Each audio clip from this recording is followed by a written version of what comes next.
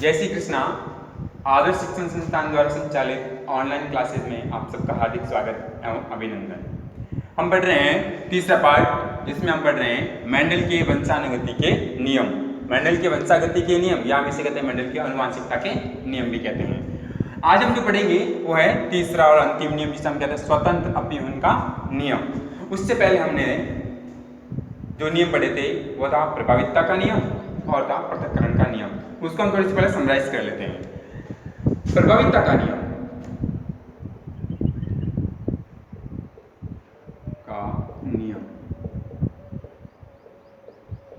प्रभावितता के नियम में हमने क्या पढ़ा था?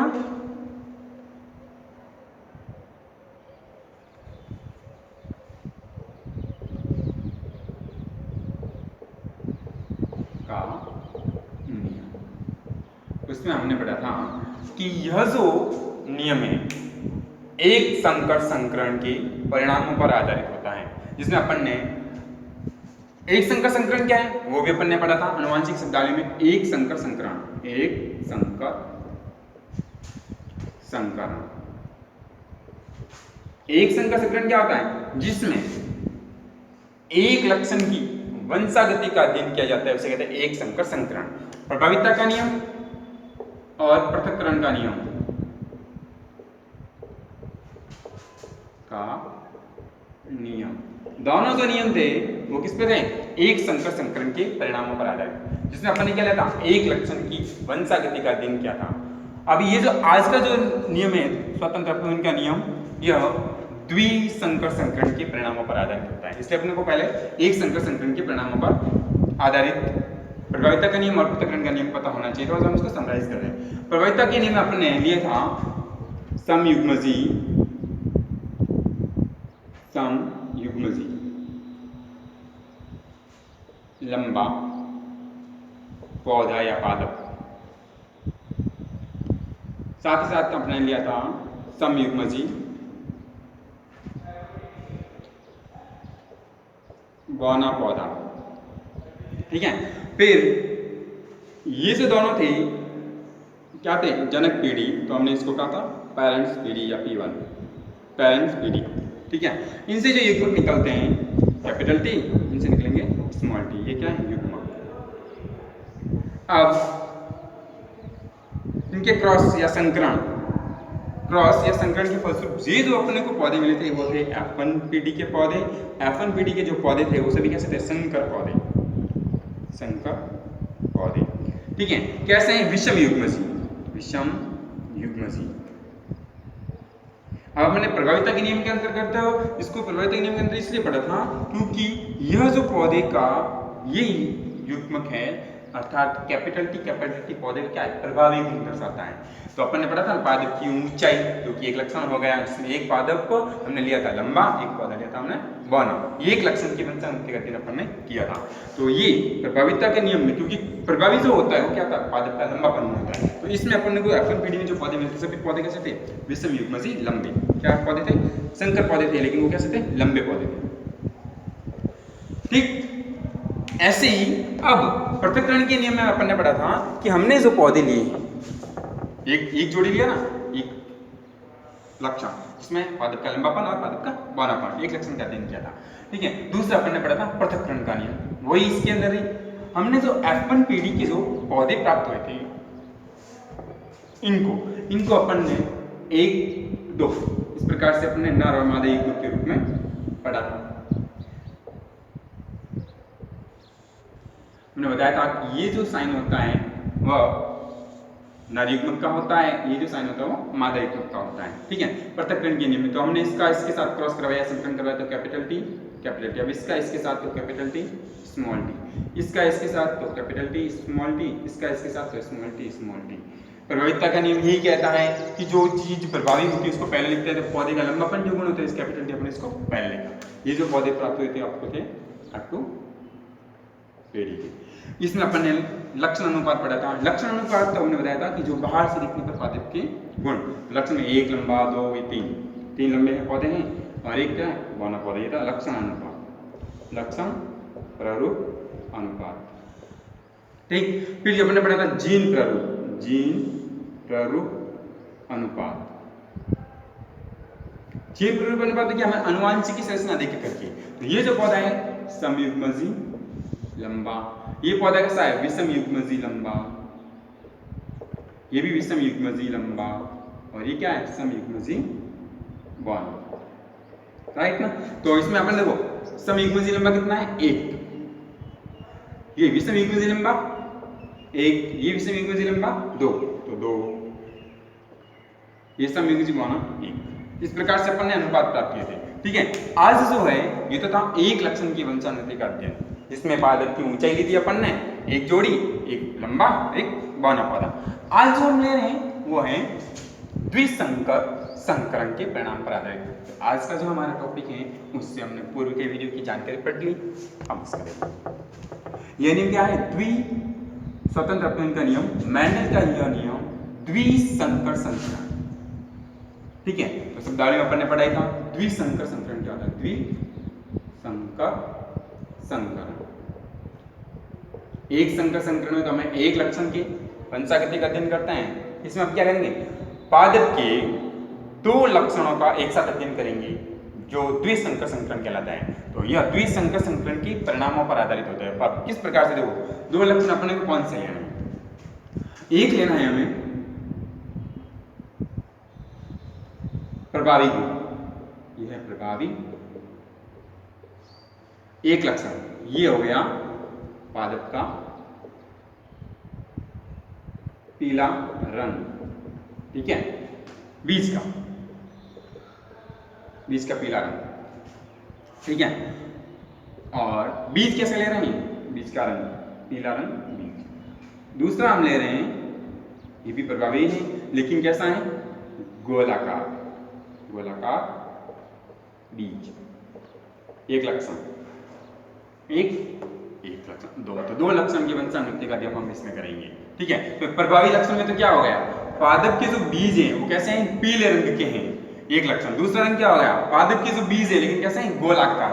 पीला का क्या होता है, येलो का फर्स्ट लेटर वाई, ये लिया, और गोलाकार का क्या था, राउंडेड, तो आर, ठीक है, आर वाई क्या प्रदर्शित करता है, पादप के बीजों का ये रंग जो है वो कैसा है, पीला रंग, और आर क्या है, एकदम बीज कैसे है, गोल, बीज का आकार गोलाकार बीज हो गए, ठीक है। ये तो हो गया प्रभावी। अब अप्रभावी में क्या होगा इसका, अप्रभावी में क्या हो जाएगा, ये है कैपिटल वाई, ये हो जाएगा स्मॉल वाई, ये कैसा रंग का हो जाएगा, हरा रंग, बीज का रंग कैसा हो जाएगा, हरा। दूसरा क्या, बीज जो है वो गोलाकार ना होकर के कैसे है, झुर्रीदार बीज, ठीक है, आकार के संबंधित हो गया। तो अपन ने 2 लक्षणों का एक साथ अध्ययन करना है। प्रभाविता के नियम पृथक्करण में तो लिया था अपन ने एक लक्षण की वंशानुगति का नियम, अब यहाँ अपन ने 2 लक्षणों को एक साथ लेकर के उसका अध्ययन करना है। तो ये हो जाएगा आपके द्विसंकर संकरण। तो इसको हम थोड़ा पढ़ लेते हैं, नियम क्या है। तो ये द्विसंकर संकरण के परिणामों पर आधारित है, समझ में आया। देखो इस नियम के अनुसार यदि 2 या 2 से अधिक, हम क्या ले रहे हैं, ये 2, ठीक है, 2 लक्षण, 2 या 2 से अधिक विपर्यासी लक्षणों युक्त पादपों का संकरण करवाते हैं, क्रॉस करवाते हैं, प्रजनन करवाया जाता है, तो एक लक्षण की वंशागति का दूसरे लक्षण की वंशागति पर कोई प्रभाव नहीं पड़ता है। ये एक लक्षण, ये दूसरा लक्षण, इस लक्षण की वंशानुगति का इस पर कोई प्रभाव नहीं पड़ेगा, या इसके लक्षण की वंशानुगति का इस पर कोई प्रभाव नहीं पड़ेगा। अर्थात प्रत्येक लक्षण के युग्म विकल्पी, पीला गोलाकार बीज, हरा झुर्रीदार बीज, युग्म विकल्पी हो गए ना, केवल पृथक ही नहीं होते हैं, अलग अलग ही नहीं होते हैं, बल्कि विभिन्न लक्षणों के युग्म विकल्पी एक दूसरे से पृथक हो जाते हैं, पूरा अलग हो जाते हैं। उदाहरण से समझ में आ जाएगा, एक दूसरे से पृथक स्वतंत्र रूप से व्यवहार करते हैं, या स्वतंत्र रूप से अपव्यक्त हो जाते हैं, बिल्कुल अलग हो जाते हैं, बिल्कुल पृथक हो जाते हैं और अपने अलग लक्षण प्रदर्शित करते हैं। अतः इसे हम क्या कहते हैं, स्वतंत्र अपघटन का नियम, क्योंकि इनके लक्षण जो होते हैं स्वतंत्र रूप से परिलक्षित हो जाते हैं, इसलिए हम इसे कहते हैं स्वतंत्र अपघटन का नियम। तो हम उदाहरण ले रहे हैं, उदाहरण हम ले रहे हैं 2 लक्षणों के लिए। तो देखो यदि मटर के समयुग्मजी पीले, हमने कहा था ना, एक तो ले रहे हैं हम बीज का रंग कैसा, पीला रंग, क्योंकि प्रभावी है। आकार क्या ले रहे हैं, गोलाकार। पीले को वाई वाई, गोलाकार को आर आर, क्योंकि राउंडेड येलो राउंडेड बीज। ठीक है, बीज वाले पौधे का संकरण हम करवाएंगे कैसे, हरे झुर्रीदार। अब यहाँ पे विपरीत लक्षण मतलब जोड़ा उसका उल्टा, तो हरा रंग ले लेंगे हम अप्रभावी के लिए। और आकार कैसा हो जाएगा उसका, रंग तो हो गया हरा, आकार कैसा होगा झुर्रीदार, तो स्मॉल वाई स्मॉल आर। ठीक है, प्रभावितता के लिए गोल पीले बीज होंगे, capital Y capital our goal पीले बीज होंगे, या कह सकते हैं पीले गोलाकार बीज। और अप्रभावी अपन ने क्या लिया, हरे झुर्रीदार बीज, जो कि स्मॉल वाई और आर वाई। ठीक है, बीज वाले पौधे से संकरण करवाया जाता है तो F1 पीढ़ी जो मिलेगी, प्रथम पीढ़ी जो मिलेगी, प्रथम पीढ़ी में सभी पौधे कैसे होंगे, सभी पौधे पीले गोलाकार बीज, पीले होंगे गोलाकार होंगे, क्या Y capital Y capital R small R. किस प्रकार से चेकर बोर्ड पढ़ेंगे तो पता चल जाएगा, वाले पौधे प्राप्त होते हैं।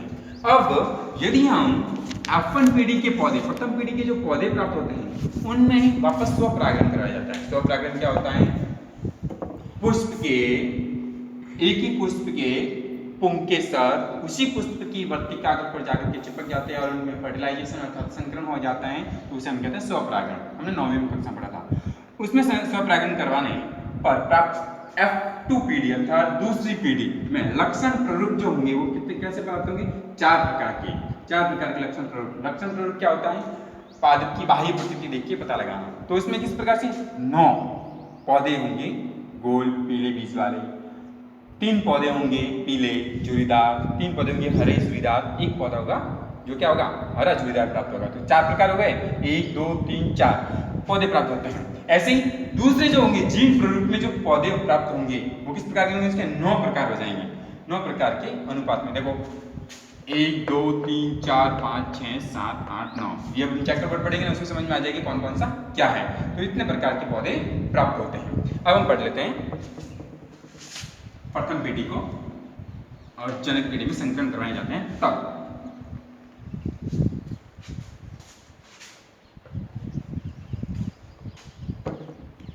हमें लेने पीले गोलाकार बीज, जो लक्षण हो गया रंग पीला, बीज कैसे राउंडेड गोलाकार।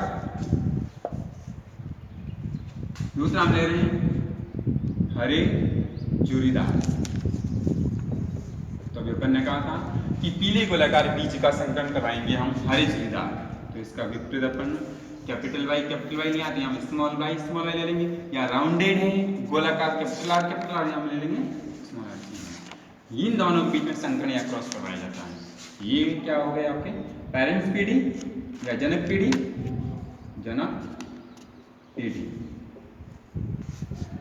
या पेरेंट्स पीढ़ी। ठीक, अब इनसे जो युग्मक प्राप्त होंगे वाई आर, एक युग्मक से ले लेते हैं हम, स्मॉल वाई स्मॉल आर, ये क्या होंगे युग्मक। इनके बीच में जब क्रॉस होता है तो क्या प्राप्त होता है, देखिए capital Y capital R small Y small R के बीच में संकरण करवाएं तो capital Y small Y capital R small R, ये जो है आपकी F1 पीढ़ी है। क्या है F1 पीढ़ी, संकरण या क्रॉस। अब ये जो प्रभाविता का नियम ही बताता है, जो प्रभावी लक्षण होता है अपने आप को अभिव्यक्त कर पाते हैं वो प्रभावी लक्षण होते हैं। तो यहाँ पे देखो गोल पीले, गोल को तो आर, पीला क्या है कैपिटल वाई। यहाँ पे इस F1 पीढ़ी में जो सभी पौधे मिलेंगे अपन ने कहा था कितने कैसे होते हैं, गोल पीले गोल या गोलाकार बीज वाले पौधे प्राप्त होते हैं। ठीक है, यहां हम इसको कह सकते हैं विषम युग्मजी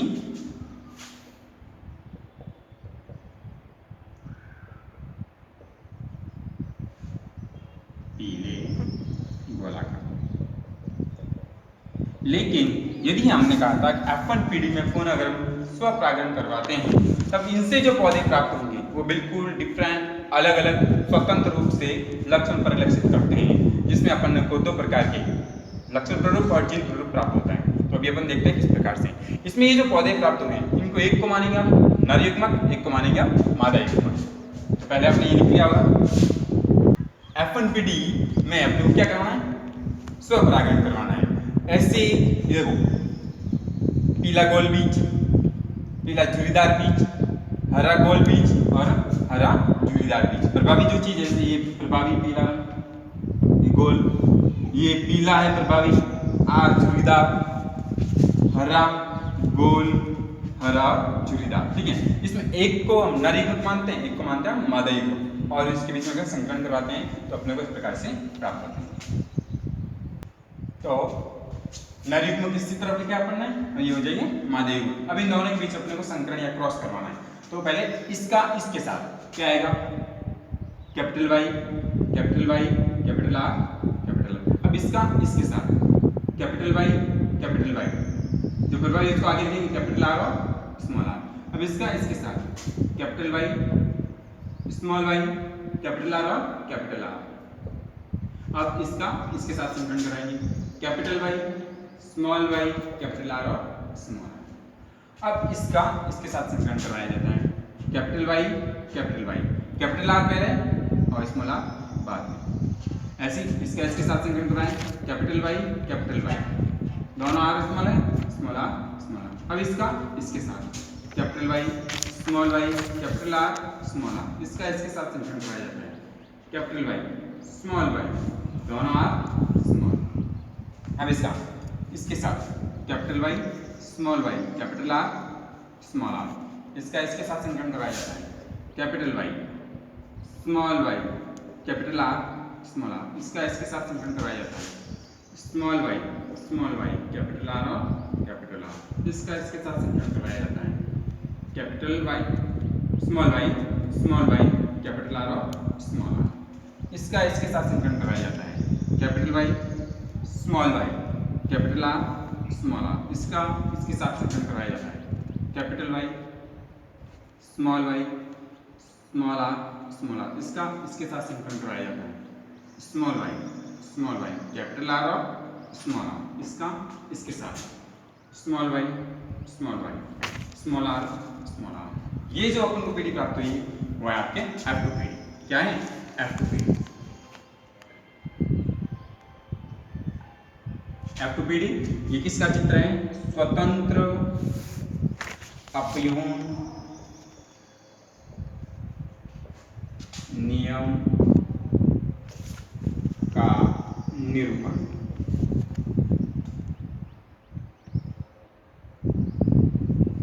अब अपने को देखने हैं लक्षण अनुपात और लक्षण प्ररूप अनुपात।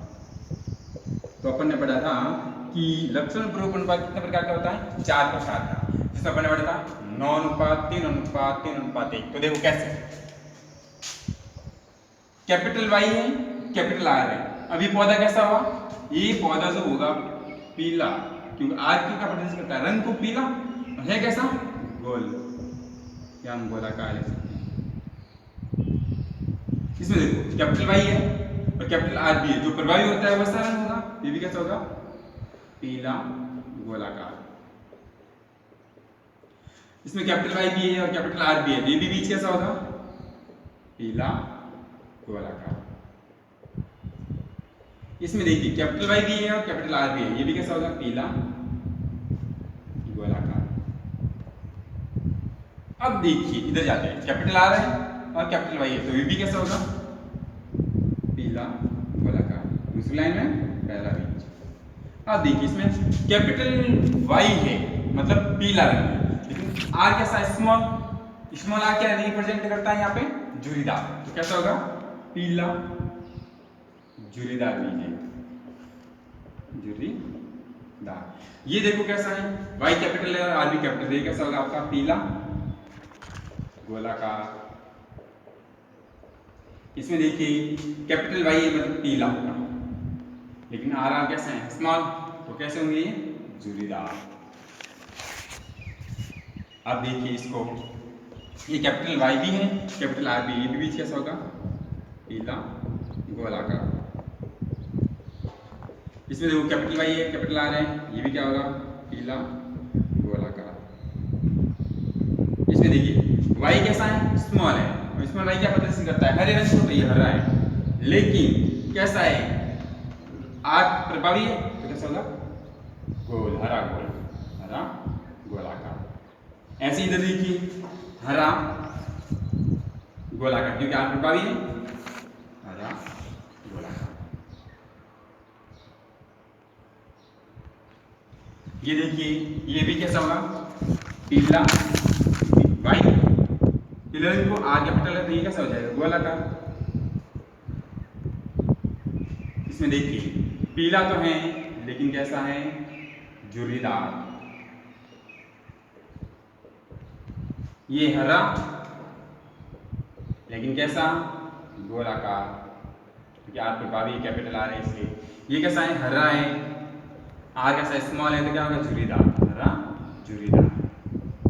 अब देखो लक्षण प्रूफ करके क्या करते हैं, बाहरी प्रकृति को देख के पता लगाते हैं। अब देखिए पौधे हैं, इससे प्राप्त होने वाले बीज जो हैं पीले गोलाकार पहले दिखते हैं, प्रभावी। देखो पीला गोलाकार बीज कितना, 1, पीला गोलाकार बीज 2, पीला गोलाकार बीज 3, पीला गोलाकार बीज 4, ये भी पीला गोलाकार है 5। ये नहीं आएगा तो ये पीला झुर्रीदार आएगा। ये कैसा है, पीला गोल, तो 6, पीला झुर्रीदार आएगा, इसके अंदर नहीं आएगा। पीला गोलाकार 7, पीला गोलाकार 8, ये तो हरा गोलाकार आ गया, ये हरा गोलाकार आ गया। ये कैसा, पीला गोलाकार, कितना है, 9। तो अपन ने कहा था लक्षण प्रारूप में जो अपने को पीले गोलाकार बीज प्राप्त होंगे, कितने प्राप्त होंगे, 9। शॉर्ट में लिखते हैं ताकि पूरा आराम से आ जाएगा, पीले गोलाकार। अब ये हो गया। अब देखिए ये कैसा बीज है, पीला लेकिन झुर्रीदार, पीला झुर्रीदार। कितने हैं देखिए, पीला झुर्रीदार 1, प्रभावी स्मॉल आर से झुर्रीदार 1, पीला झुर्रीदार और कहाँ है, ये रहा पीला झुर्रीदार 2, और पीला झुर्रीदार ये रहा 3। ठीक है, तो इसमें कितने अनुपात हो गए, 9:3। अब हम ये लाइन पूरा हो गया। ये इसमें देखिए ये कैसा है, हरा गोलाकार, अनुपात हरा गोलाकार। हरे गोलाकार कितने हैं, 1 हरा गोलाकार, ये हरा गोलाकार 2, और इधर से आते हैं तो 1 हरा गोलाकार 3। ठीक है, कितने पौधे हैं हरे गोलाकार बीज वाले, 3 पौधे, अनुपात। अब कौन सा है, ये हरा झुर्रीदार, हरा झुर्रीदार। अब हरे झुर्रीदार का पौधा कितना है, देख लीजिए, कंप्लीट हो गया पूरा है। इसमें भी अपने पूरी काउंटिंग हो गई है, इसमें भी पूरी होगी, इसमें भी कितना बचा है, 1 पौधा। तो अनुपात कितना आ गया आपका, हरा झुर्रीदार 1। तो अपन बता 4 प्रकार के प्राप्त होते हैं। तो पीले गोलाकार बीज के पौधे 9, पीले झुर्रीदार पौधे के 3, हरे गोलाकार 3, और 1 कैसा मिलता है, हरा झुर्रीदार। तो लक्षण प्रारूप अनुपात आपको कुछ ज्यादा मिलेंगे, 9:3:3:3:1। ये लक्षण प्रारूप अनुपात। अब जीन प्रारूप अनुपात हम देखते हैं।